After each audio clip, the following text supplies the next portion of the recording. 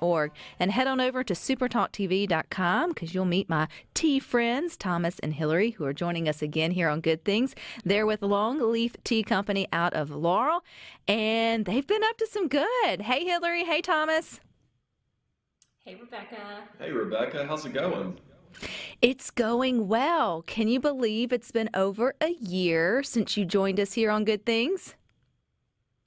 A lot's happened in a year. It's been a busy year. So I read or saw on your Facebook where your 2021 harvest sold completely out. So congratulations on that. What was that kind of success like? Well, I think we realized that we didn't plant enough tea plants. I mean, whenever we planted them in 2018, we thought, oh, Lord, we're planting too many. Are we ever going to sell enough tea? And as of last year, I think we realized that we could have planted many, many more. So it was great. It was a fun year to go commercial and sell to the public. And I guess people liked it. People did like it. People are starting to hear more about it. People are getting curious, which means you're gearing up for the 2022 harvest. I'm trying to keep up, but I did see where maybe our unpredictable, unfavorable weather could have affected your tea crops just like any other crop or farmer has to deal with. So how's it looking in the tea field? Oh, it's looking awesome. Have you looked today? Yeah, it's actually looking really good. You know, Mother Nature can be fickle, but tea plants are strong and sturdy. So the late freeze may have set our timing back a week or two, but just a little bit of delay. We're looking to harvest here in the next few weeks. Mm-hmm. So what does harvest look like on a tea farm? I think we all know what we'll be doing mid-summer or late spring and harvesting our tomatoes and our cucumbers and our yellow squash and all that we're getting in the ground. But what does it look like to harvest the tea? It looks like our whole family out in the field, everybody with a basket around their neck, and for hours, 4 to 6 hours, hand picking tea leaves and filling up a basket. So we like it this time of year, Rebecca, because it's not as hot yet. But come July and August, it can be brutal. It can be brutal in that. Harvest. Oh, I'm sorry. No, that's okay. Harvest. So while we may have our first harvest here in the next few weeks, we'll continue harvesting every few weeks through October. Okay, so you got a little bit longer span. It's kind of like, with your spring, summer garden. It's not the first tomato is not the last tomato that's going to come off your plant. You kind of have to be patient and keep going out there and checking on it.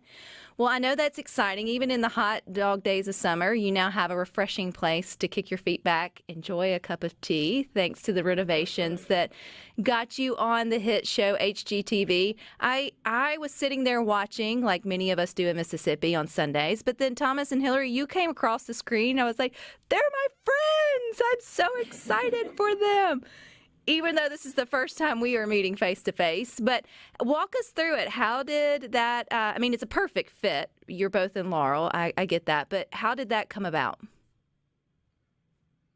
Yeah, well, we knew this was something we wanted to do. We had this wonderful historic home on the property, literally just right next to the tea fields.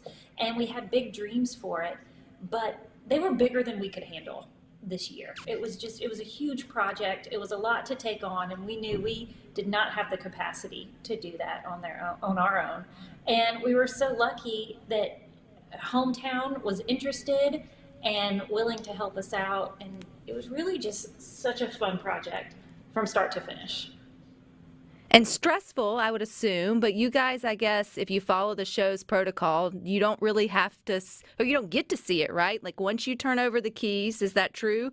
Like you don't see it until the great photo or the great reveal of you guys standing with your backs to what's now the great sign for Longleaf Tea Company. And is that the first time you saw any of the progress? Yes, it was. It really was. There was a lot of trust put into Ben and Erin in this project, and it was warranted because they did an absolutely fantastic job, and we knew that we could trust them with it, but it was scary for us, both being a bit I don't want to say OCD. What do we call it? we like to be in control of our projects, and so we had to release some of that to Ben and Erin, and they did great. Yeah. It was a good exercise for us. That's right. And also, they spent a lot of time with us on the front end to really understand what we were looking for and what we needed, and also what we loved about the structure and the property and kind of its history. So we felt really good going into it because we knew how much time and effort they had already put in. Well, as the Longleaf Tea Company grows, you guys are going to have to relinquish some of that because you're not going to be able to keep up controlling every aspect of it. But you can call a spade, Thomas. OCD is fine. That's not always necessarily a bad thing. But Hillary, this was your family's property, right? Like this came from your side of the family of the original structure. Give us a little background of what it was growing up for you or what it meant for your family in terms of history of the building. Yeah, absolutely. So it's been in my family for 6 generations. So literally almost every member of the Leggett side of the family, which is my side of the family, has spent time in this house, in this place, growing up, from my grandfather to my dad, my brother, his family. And in the summers, not only this house, but the farm in general, just the property, and really throughout my childhood, it was our escape. It's where we came to every afternoon, every weekend. And I said this on the show, and I truly mean it. All my best childhood memories happened at the farm. They all kind of take place out here. And this house has always just been kind of the meeting point for all of that. So not only had a lot of history, but a lot of sentiment and love and feeling in it. So they had a tall order when we came to them with this project. Well, it feels like from your vision, again, I feel like I know your story from watching the show and having you guys here on Good Things, but it feels like you just opened that, you transformed it so it could be that space for Laurel community now, not just, your family and or through anybody who passes through. So in the beginning or even now, what is the vision for this newly renovated space there on the farm? Well, we really want to use it to kind of help educate and celebrate American tea growing. So we want to be able to have people out here to the farm to see the tea fields, see the plants, come in and to this wonderful new space and have a tasting and continue to learn about, kind of like we said, from the pluck to the cup, everything that happens to get that lovely, cup of tea or a glass of iced tea that you have in front of you. So really use it as kind of a meeting place and a celebration spot. And then, too, an opportunity to celebrate your own events, I would assume, maybe smaller, more intimate gatherings along the way. Here I am. I'm setting you up. People are going to start calling and wanting to book their things yet. I don't even know if y'all are, ready for that. But, because Good Things has the same reach as HGTV, I'm just going to say, once, your phone's going to start ringing. But has your phone started ringing for folks to utilize that space? It has. Yes, it has, and we love to see that excitement. And we're almost ready to start hosting people. We want to get harvest season kicked off because, as we mentioned, we are sold out of tea. We have nothing for people to taste just yet. But as soon as we have our first harvest and have some tea, we look forward to really opening up to do guided tours and tastings by reservation, hopefully each week. Speaking of the harvest, once you pluck, what happens to it before it gets to the cup? Yep. So we're going to have to pick a type of tea to go through that because every type, green, black, white, is different for the steps. But let's go with the black tea. Or you tell me, Rebecca, which one should we go? Well, I was going to say, whatever Hillary's sipping, let's go with that one. Awesome. So these are, she's like my guinea pig. I always do these research and development type small batches just to see what we can play with and always get her to drink them. So, happy to do that. Yeah. This is, she's drinking a black tea, so we'll go with black tea. So we pluck it from the field. Everybody carries it in their big baskets, and it goes onto these big trays, these bamboo trays, big circular trays to wither. And we're going to hang there with wither, and we're going to wait. We're going to let it wither, and we're going to come right back with Hillary and Thomas of the Longleaf Tea Company coming up next year on Good Things. Out more, head on over to supertalktv.com and we can find out more about our new tea friends, Thomas and Hillary of Longleaf Tea Company out of Laurel, which I guess you're not new friends, you're old friends now. I feel like we're going to have our yearly check-in with you guys because it's really interesting to me to watch folks that we've talked to here on Good Things, because back in 2021 you were just taking your product to, I guess, to market or to commercial, and there was a lot of excitement around that.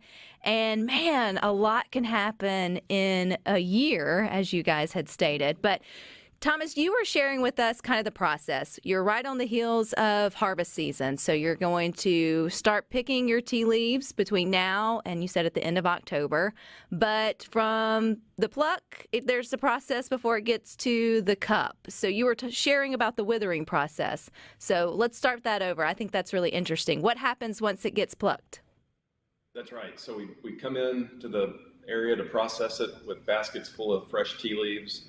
We spread it out on the bamboo trays, and that's where we start withering it. And it releases water, and the leaf, it probably takes about 12 to 16 hours typically for the black tea.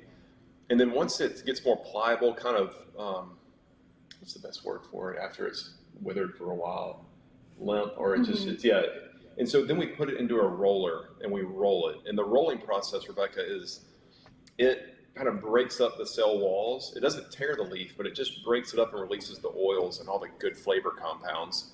And then after the rolling process, we do an oxidizing step. And that's when you allow it to go to brown over time. Like we talked about last year, when you cut an apple and you set it on the table, over time it starts to go brown. Well, that's what you want with black when you're making black tea.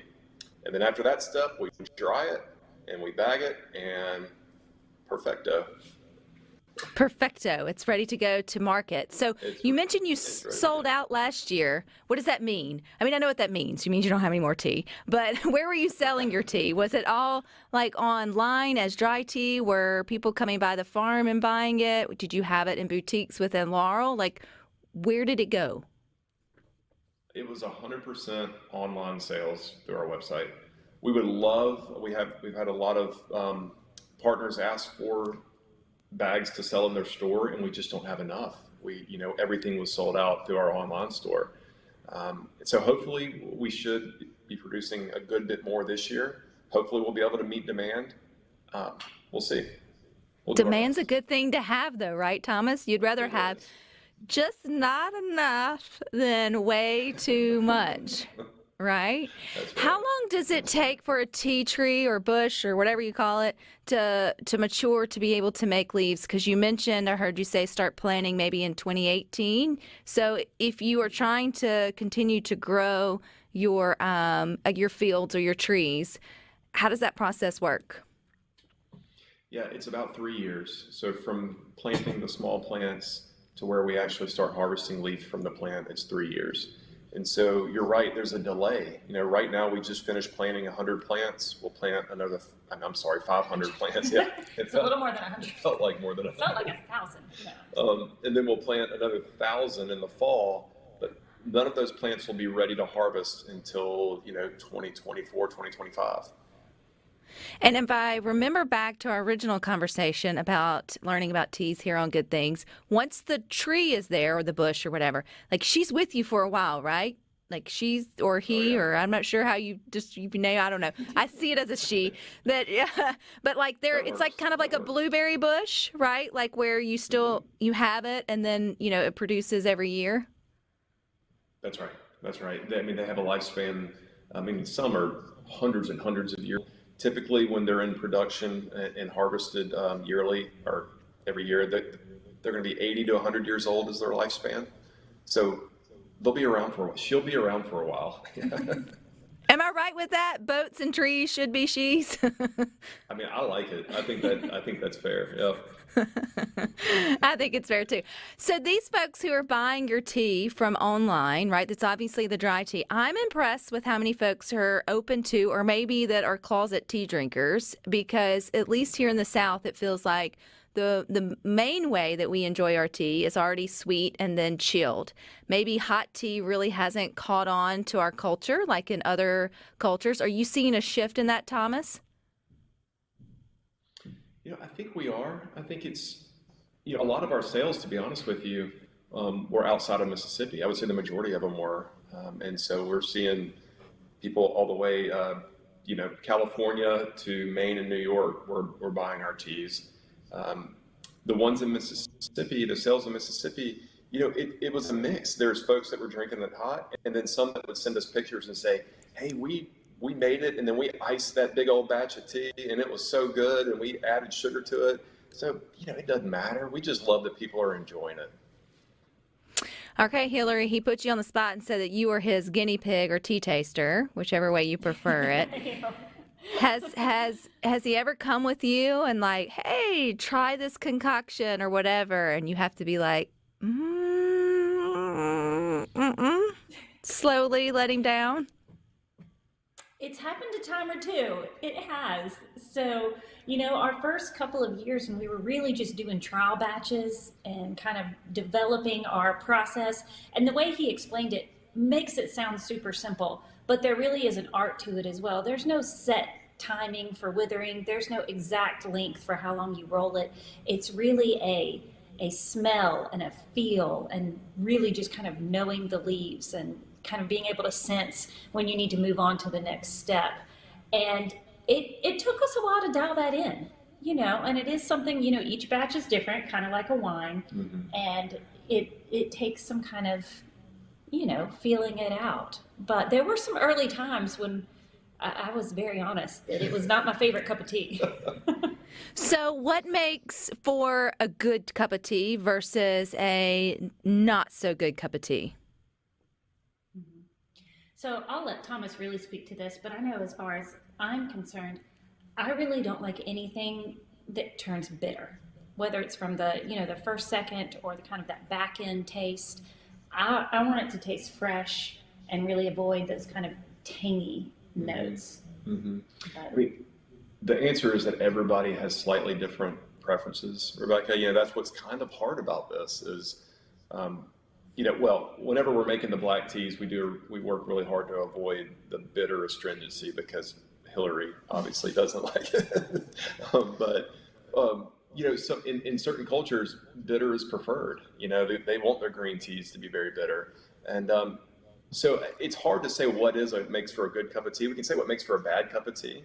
There's certain flavors, sour, stale, not a lot of body to it, that we certainly try to avoid any of that type.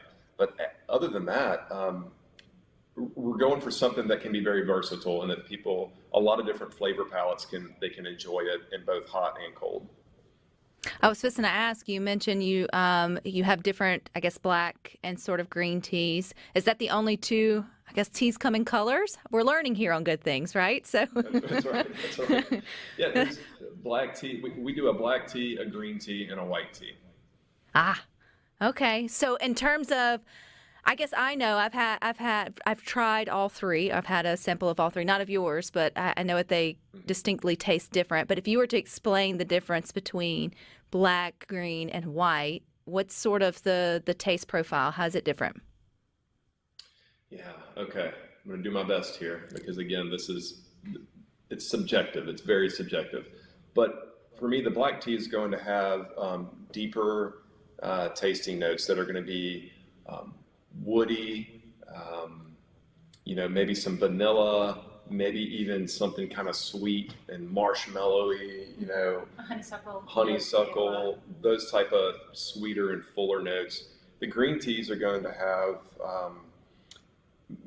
more kind of like maybe as far as hay to like some veg, almost like spinach, which may sound bad. You're like, oh, really, Thomas? You're making a tea that tastes like spinach? It doesn't taste like spinach, but it kind of reminds you of, certain vegetables. Yes. Water chestnut, things like that. And then the white tea is going to be stronger on the honey tones. I mean, it's going to be honey and floral, very floral. Other than the spinach reference, I was with you on those. And we had someone text in. I'm going to have to work on coming up. Yeah, I'm sorry. I'm going to have to work on another description. Thanks for calling me out on that. No, even as a dietitian, I want people to eat their spinach, but if you start trying to get them to drink it, it's probably not gonna happen. But we've got a few questions on the text line I want to get to, and I want to talk about the tea industry growing in Mississippi and how you guys are fitting into that. Coming up next here on Good Thing. And all you need to be over at SuperTalkTV.com because we're continuing our conversation with Hillary and Thomas of Longleaf Tea Company out of Laurel. And we're learning a lot about, I guess, the process of tea and the colors of tea, which one of our questions on the C Spire text line, Thomas, was, what color is sweet tea? And I would say caramel, however you want to look at it. But you could turn any of the teas into a sweet, cold variety, which I would encourage folks to explore and sort of try. Black tea is not the only tea that tastes good, chilled and sweetened, correct? Absolutely. I mean, we'll do a cold brew of our green tea. So we'll set it in a jar and put it in the refrigerator overnight and let it brew at cold temperature overnight and have that. And it's fantastic. It's as good as anything else that we can make. Absolutely. And one thing it tastes like spinach and hay, despite what I said earlier. Hillary was like, everybody in America thinks our green tea tastes like spinach and hay now, and it really doesn't. I just could not come up with better words. I put you on the spot, and you did the best you could. And so I think, though, that's funny. You're going to look back, or someone's going to give it a try and say, you know, I taste those leafy, earthy. I think earthy was more what you were going for, fresh and earthy. I love, though, that it feels like the tea growing community in Mississippi is growing, pun intended, right? We've had on here on Good Things the Great Mississippi Tea Company out of Brookhaven before. I think maybe they got started a few years before you guys did, or about around the same time. It had to be within the last 5 years because that's how long Good Things has been with us. But it feels like that community is small but also supportive, because I saw where you guys had them out on the farm there in Laurel and maybe working together. Is it kind of like a collaborative effort to make this an industry here in Mississippi? Absolutely. I mean, we're slowly building out a cluster in South Mississippi, and everyone is there's not, and it may eventually happen, but right now, Rebecca, there's none of that competitive kind of infighting. Everybody is very helpful with each other. I head to Brookhaven all the time to see Jason and Timmy at Great Mississippi Tea Company. Gotten a lot of help from the guys down in Poplarville, especially Don. They have Pearl River Tea, and everybody's incredibly helpful. And then there's growers all over the rest. There's clusters in the Carolinas, like Table Rock Tea. There's folks in Oregon, a few folks in California, and everybody's very helpful. And I guess more recently, there's a group called the U.S. League of Tea Growers, and the's about 40 to 60 members that we're all pooling like our best practices and what we've learned and where we failed. And it's just really helpful to have that. It feels like there's a big market, right? Like the ocean's huge in terms of potential for a thriving industry. There's no need for competition. I mean, right now, I would think out of the smaller tea growers, I mean, you guys working together could really niche out a niche, I guess, industry within a bigger one. I mean, people are drinking tea all the time. They might as well add yours to the list or theirs to the list and sort of try it all, right? Like there's room for everybody to be at the table when it comes to tea. Yesterday we had Kenneth Thomas of Humble Coffee here on Good Things. I'm like, man, this is the week of the beverages, but he made it caffeinated week. He made a good statement though. He said even though like coffee connoisseurism, whatever, is not necessarily caught on in Mississippi in other parts of the country, it doesn't mean that Mississippi can't lead in the roasting and the production of coffee, because he's at a competition right now in Boston for his roasting. And I feel the same way for the tea industry. I mean, even though Mississippians aren't drinking their tea hot or sort of really embrace that culture, it doesn't mean we can't lead where we're best at, and that's agriculture and farming and creating a wonderful product, which it feels like you guys are starting to do very well. Do you feel that way? Yeah, absolutely. I mean, every grower in the South, and especially Mississippi, kind of sees this as becoming America's tea country, and we're so well situated for it. And the product that we're producing down here is second to none. And so, yeah, we're very proud of what we're doing, and we just think that there's just a ton of upside, and it's going to continue to grow fast. You have a beautiful serving tray or tasting table, I think, in front of you that Ben created for you guys as a gift on the show Hometown when you guys were unrevealed. How does it work? What's the like? I mean, I was watching at home. I was like, who would spill their tea on purpose? So if we're looking at it, walk us through. I know it's beautifully made. Of course, Ben made it, but what's the purpose of it? Yeah. So. And I don't know if you can see it very well, but so what it is, it's a tray within a tray. And so there's the tray, and then everything sits on the top part, but it's hollow in the middle. And so what it allows, there's certain tea ceremonies, and that you pour the hot water over the pot, and you overflow your teacup, and it allows the water to spill on the tray and not go everywhere else. And so it's kind of a traditional tea tray, and they made it out of the wood from the barn, and they did an awesome job. I mean, they are absolutely beautiful. So spilling is like on purpose. It's not like, oh, I'm walking it to the table, and if I accidentally bump it, it'll catch my mistake. No, you're supposed to spill it. Yes, and so now I don't like spilling a single drop of tea. I want it in my mouth, but in some cultures and tea ceremony, they'll do that. They'll even have a tea pet that sits on the tray, and they'll pour a cup over the tea pet, like a little, ceramic or clay animal, as like a good omen. And so, yeah, these tea trays are great for all that. No crying over spilt tea, then. I guess not. We've got some. It, yeah. I would too. That would be that's the OCD type A in us, Thomas. I feel you with that. But so some folks are wanting to know when can they get on a list? When can they be anticipating your 2022 harvest? I know if you sold out in 2021, some don't want to miss out on the chance of trying it this go around. Are y'all taking pre-orders or creating a list, or how's that working? Absolutely. So on our website, longleaftea.co, under each kind of product, say you clicked on our Revival Black Tea, there's a little button that says notify me when available. And you can get added to a list to get an email as soon as we have it available from our store. And we'll also post all over our social media. We're so excited, so we can't wait for it. So we're very eager to post about it as well. And that's just at Longleaf Tea. But also, we think we should have tea available within the next month or so, given our harvest timing and then processing time and giving it just a little bit to settle. So it's coming. Yeah. I saw where you reflected back on your social media, especially after, the show released or aired on HGTV, which I think people can go back and watch that episode on Discovery Plus if they want to. I think you can do all the shows there, I think. You can correct me if I'm wrong on that. But what does it feel like to be in this moment with the dream and the vision you guys had however many years ago now?